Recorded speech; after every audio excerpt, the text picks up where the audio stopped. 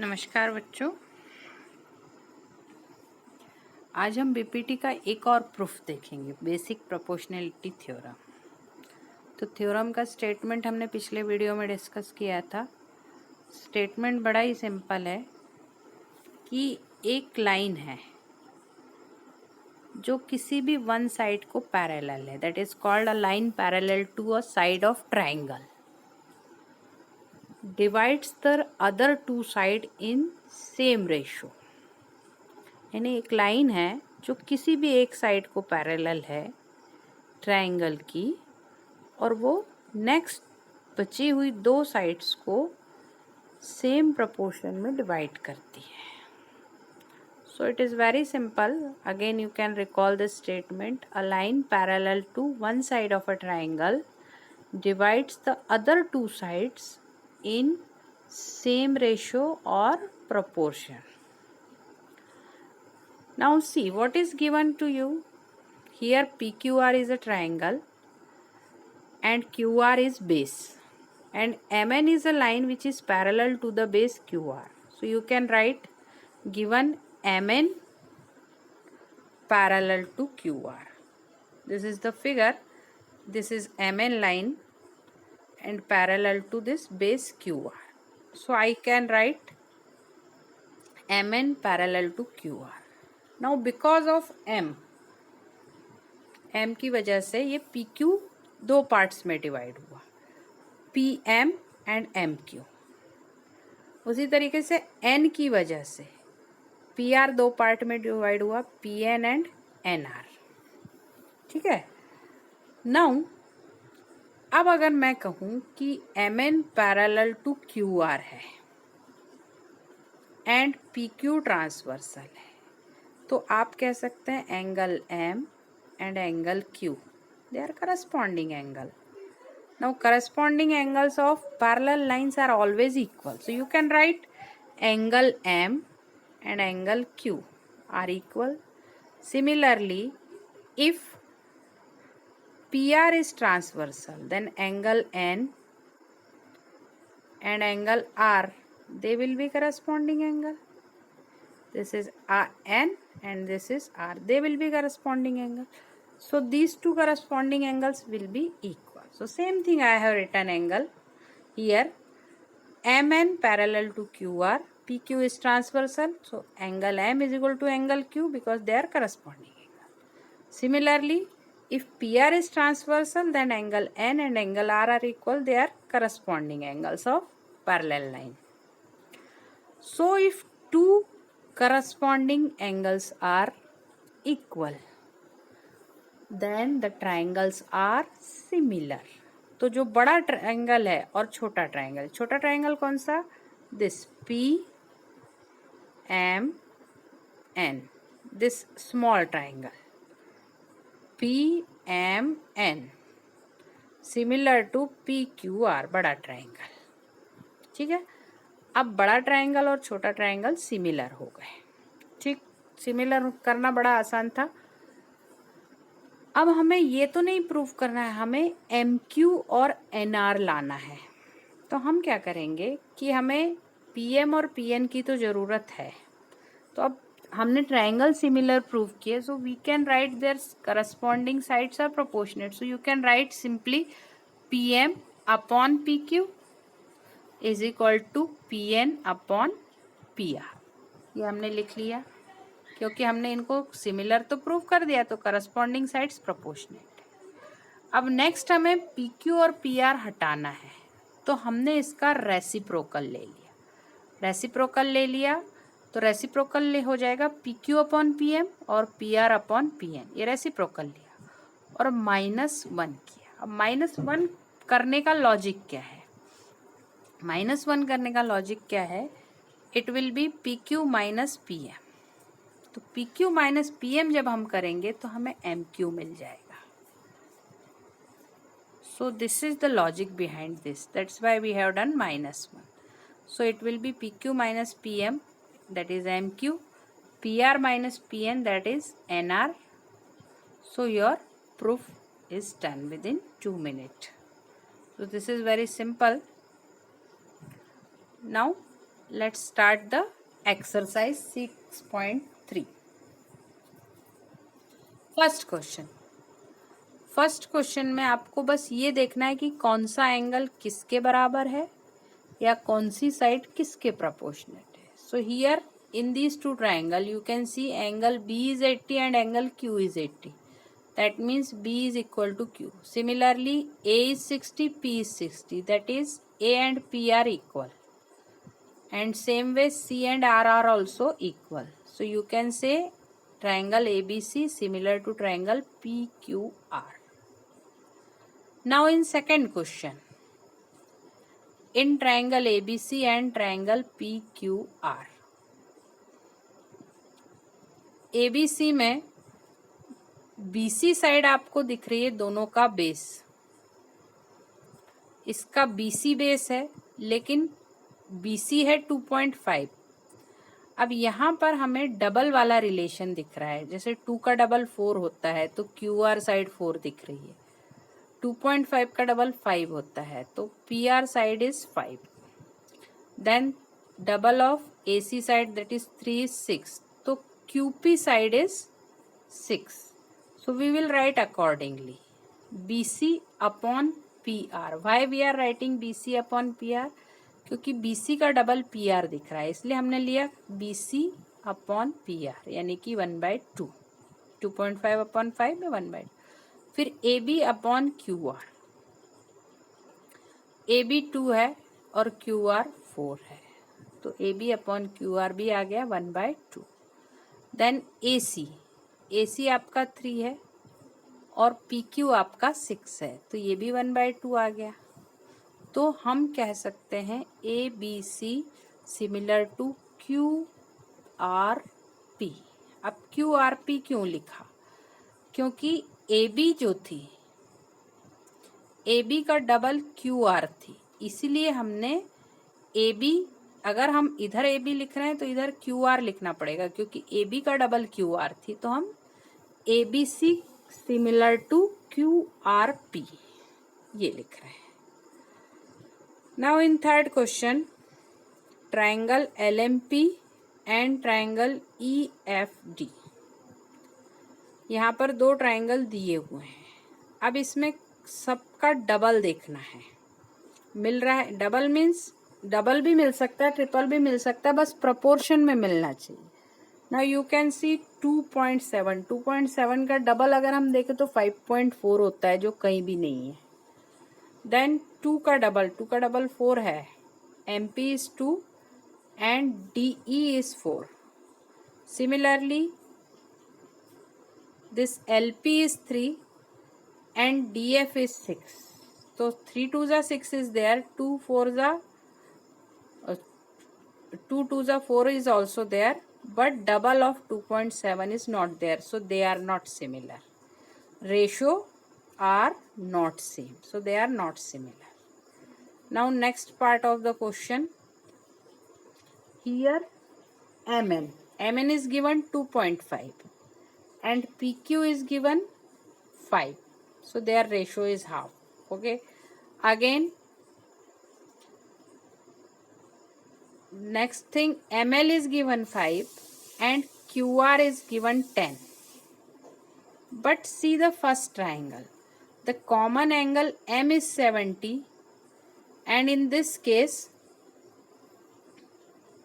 common angle Q is 70. So you will say NML similar to PQR, ना कि MNL. हम पहले N लिखेंगे क्योंकि हमें M एंगल को बीच में लाना है. M और Q इक्वल है तो दोनों एंगल बीच में आना चाहिए. M और Q दोनों को बीच में लाया तो NML similar to triangle PQR. हाँ, नेक्स्ट क्वेश्चन. यहाँ पर साइड्स तो प्रोपोर्शनेट है नेक्स्ट क्वेश्चन में लेकिन दोनों के बीच का एंगल अलग अलग है. हमें यहाँ पर B एंगल दिया है. B एंगल की वैल्यू हमें नहीं पता है. और इधर उसका करस्पॉन्डिंग एंगल एफ दिया हुआ है। एफ यहाँ पर ए और एफ 80 है। अगर ए और एफ 80 हैं तो उसकी करस्पॉन्डिंग साइड्स भी प्रोपोर्शनेट होना चाहिए, लेकिन हो उल्टा रहा है। अगर हम ए और एफ लेते हैं तो करस्पॉन्डिंग साइड्स चेंज हो रही है। तो दो साइड जो हमें दी हुई हैं उनके बीच का एंगल इस ट्रायंगल में बी है और उस ट्रायंगल में एफ है। तो अगर हम सिमिलरिटी क्राइटेरिया देखें तो जो दोनों साइड के बीच का एंगल है वो इक्वल होना चाहिए, यानी बी और एफ इक्वल होना चाहिए। तो हमें एफ की वैल्यू तो 80 दी है लेकिन बी की वैल्यू पता नहीं है, तो B and F are not equal, that's why these triangles are not similar. Now last part of the question, DEF and PQR. यहाँ पर DEF में हमें दो एंगल दिए हैं 80 एंड 70। सो 80 प्लस 70 इज 150, तो थर्ड एंगल 30 का आ जाएगा। तो थर्ड एंगल मिलने के बाद हमें सिमिलरिटी प्रूव करने में कोई दिक्कत ही नहीं है, तीनों एंगल इक्वल है तो they are similar. Now second question figure you can see very easily. यहाँ 125 का जो एंगल बन रहा है डीबी पर वो एक लीनियर पेयर है, क्योंकि डीबी एक स्ट्रेट लाइन दिख रही है और 125 का हाफ पार्ट 55 हो जाएगा, यानी आधा पार्ट तो 125 है और बचा वाला पार्ट 55 हो जाएगा। So you can write it like this, angle DOC is equal plus 125 is equal to 180, क्योंकि लीनियर पेयर बन रहा है। Here it is linear pair, this one, so this can be written as DOC plus 125 is equal to 180. Same way, now this is 55, so vertically opposite angle this is also 55. Now you can get third angle, this 55, this 70, so 55 plus 70 will give you 125. So this angle is also 55. So now this angle is 55, so this angle is also 55. They are alternate interior angles. So remaining angles are 55. It's very easy question. Now question number 3.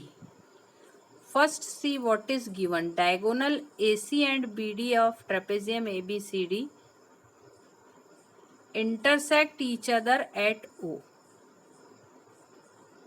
Using similarity criteria of two triangles, show that OA upon OC is equal to OB upon OD. ये दिखाना है आपको। तो AB है आपका और DC ये दोनों पैरेलल है। पैरेलल है तो आपको पता है कि ये जो डायगोनल है ये ट्रांसवर्सल का काम कर रहा है, ये ट्रांसवर्सल का काम करेगा। तो आपका 1 and 2, this is 1 and this is 2, they will be alternate interior angle. Similarly this AC is also transversal, so 3 and 4 they are also alternate interior angle.